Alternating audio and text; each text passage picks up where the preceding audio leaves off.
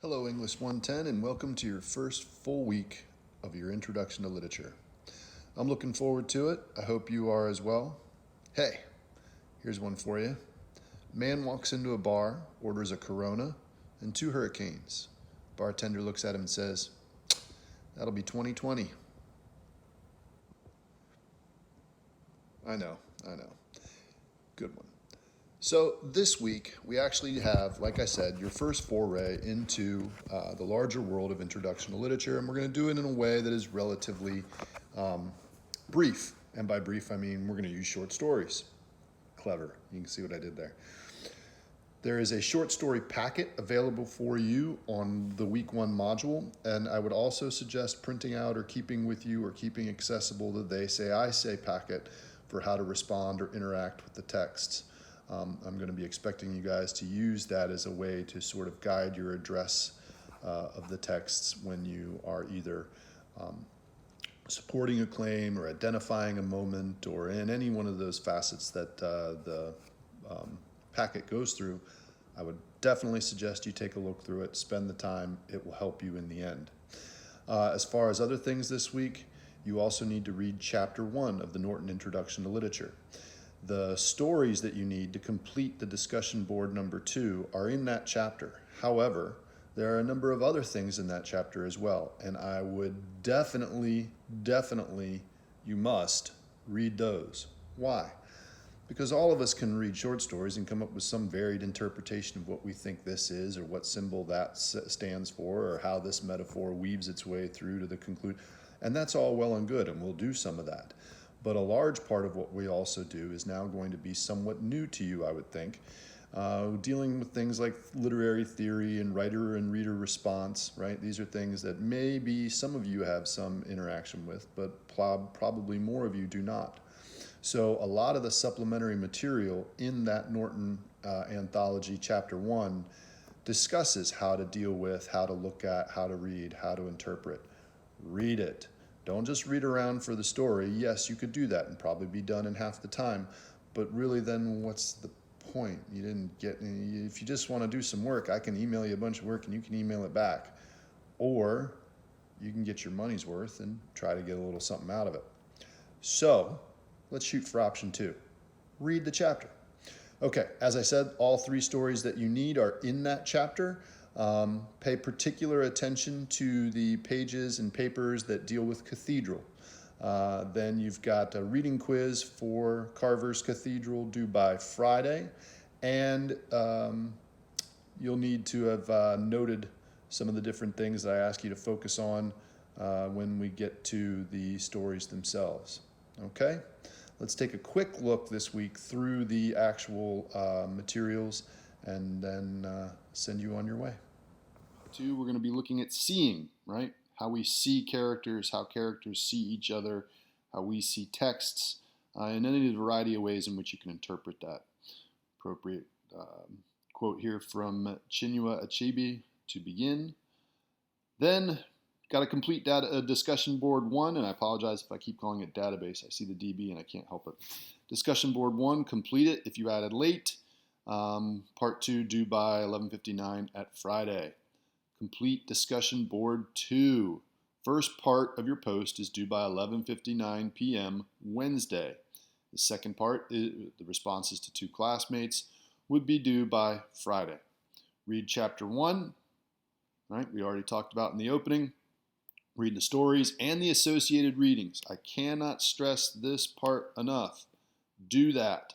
It will help, all right? At least as far as your grades for me, if nothing else. But certainly it should help your education a little bit too as far as the class and course material goes. And after all, that's why you're doing this, hopefully, not just for the credit, but also because trying to learn something out of it. You're paying money. Why not get something why not get something for your money? Okay, so where do you find all this stuff? Glad you asked. In case you've forgotten, go to modules. And you're going to scroll on down till you get to our current week, which if you have everything open like I do, it's quite a scroll. Our current week is here, Seeing into a Story. You'll get the objectives again. Here's the actual chapter. Here's the elements of a short story package referred to in the email announcement that you are currently engaged in. Here is a PowerPoint presentation on characters and cathedral given by one of our own. I think you'll find it enlightening as well as helpful in your engagement with the story. Here is another link to database discussion board 1 in an effort to get you to finish if you have not, and here is discussion board 2. Here is your reading comprehension quiz. You'll note it's due August 28th, and this one August 26th, right? The final part, though, to get full credit, you need to do the 2 replies by Friday, okay? That should cover up just about everything that you need. If you have more individual questions about what this is or maybe about the stories themselves, please don't hesitate to ask. Email me, get a hold of me, and I will do my best to try to help alleviate your concern. Okay? I think that's about it. As I'm scrolling through this, I'm just kind of noting that this is something that, like I said, is helpful to have on hand and helpful to use in your responses.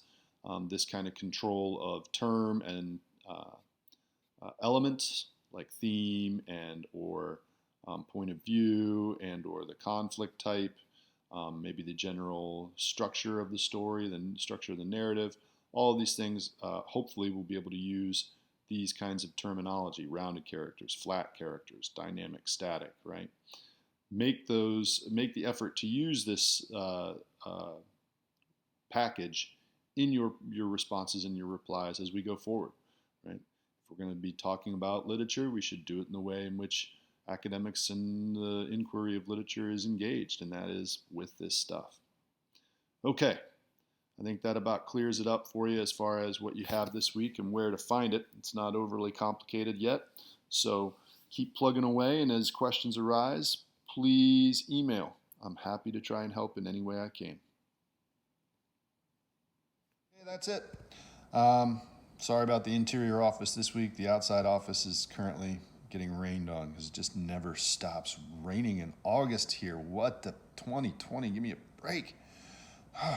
Anyway, if you are new to all this stuff, or if some of that stuff in the short story package is new, or some of the terms are new, please don't feel like you're way behind and this can't be accomplished. Yes, it will require a little more reading and maybe a little more attention on your part, maybe even some more help from me, which I'm certainly happy to give, and actually kind of what they pay me for, so please take advantage.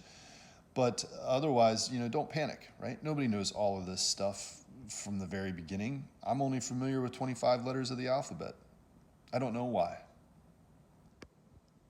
Come on, that was a good one. All right, like I said, if you have questions or concerns, please email me, reach out. Otherwise, I'll be looking forward to seeing your discussion board posts, both from week 1 as well as this week when we're actually getting into material and some good stories too. So, without further ado, good luck, best of luck, knock 'em dead, and stay in touch. Stay well.